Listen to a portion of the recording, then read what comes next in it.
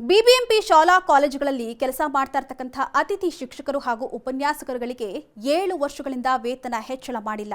ಇದರಿಂದಾಗಿ ಗೌರವಧನ ಸಹಾಯದಲ್ಲಿಯೇ ಅತಿಥಿ ಶಿಕ್ಷಕರು ಬದುಕನ್ನು ನಡೆಸುವಂತಾಗಿದೆ. ಹೌದು, ಸದ್ಯ ಬಿಬಿಎಂಪಿ ವ್ಯಾಪ್ತಿಯಲ್ಲಿ 800ಕ್ಕೂ ಹೆಚ್ಚು ಅತಿಥಿ ಶಿಕ್ಷಕರು ಉಪನ್ಯಾಸಕರು ಕೆಲಸವನ್ನು ನಿರ್ವಹಿಸ್ತಾ ಇದ್ದಾರೆ. ಸದ್ಯ ವೇತನ ಹೆಚ್ಚಳಕ್ಕೆ ಸಂಬಂಧಿಸಿದಂತೆ ಹಲವು ಬಾರಿ ಮನವಿಯನ್ನ ಮಾಡಿದ್ರು, ಭರವಸೆಯನ್ನ ನೀಡಿ ಸುಮ್ಮನಾಗಿದ್ದಾರಂತೆ. ಇನ್ನು ಕಳೆದ ವರ್ಷ ವೇತನ ಹೆಚ್ಚಳಕ್ಕಾಗಿ ಮುಷ್ಕರ ಮಾಡಲು ಅತಿಥಿ ಶಿಕ್ಷಕರು ಮುಂದಾಗಿದ್ರು. ಆ ವೇಳೆಯೂ ಶೀಘ್ರವೇ ಜಾರಿ ಮಾಡುವುದಾಗಿ ಬಿಬಿಎಂಪಿ ಆಯುಕ್ತರು ಭರವಸೆಯನ್ನ ನೀಡಿದ್ರಂತೆ.